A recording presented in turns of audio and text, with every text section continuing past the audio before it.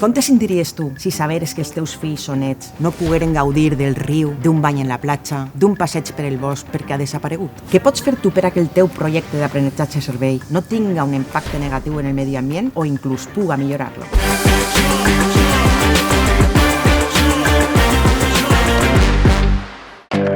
L'economia del bé comú és una guia perfecta per a que qualsevol organització o projecte pugui actuar de forma ètica. Per aconseguir-lo, utilitza 4 valors fonamentals que han de tindre's en compte.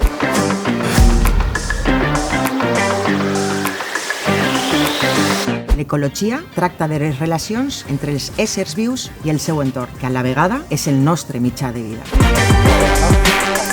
Degut a la intervenció dels humans, actualment el medi ambient està amenaçat. Per això, totes les persones tenim el repte de contribuir al desenvolupament sostenible. Aquell que és capaç de satisfer les necessitats de les generacions actuals, però sense posar en perill les de generacions futures.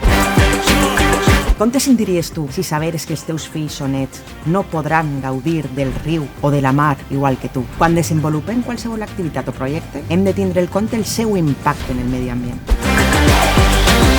Us poso un exemple. Una empresa que promou que totes les persones empleades acudisquen al lloc de treball de forma sostenible, compartint cotxe, transport públic, bicicleta... De forma sostenible. I què pots fer tu per a que el teu projecte d'aprenentatge-servei no tinga un impacte negatiu en el medi ambient o inclús puga millorar-lo? Us poso un exemple. Podeu organitzar una neteja del riu, d'una platja, d'un bosc, d'un barranc...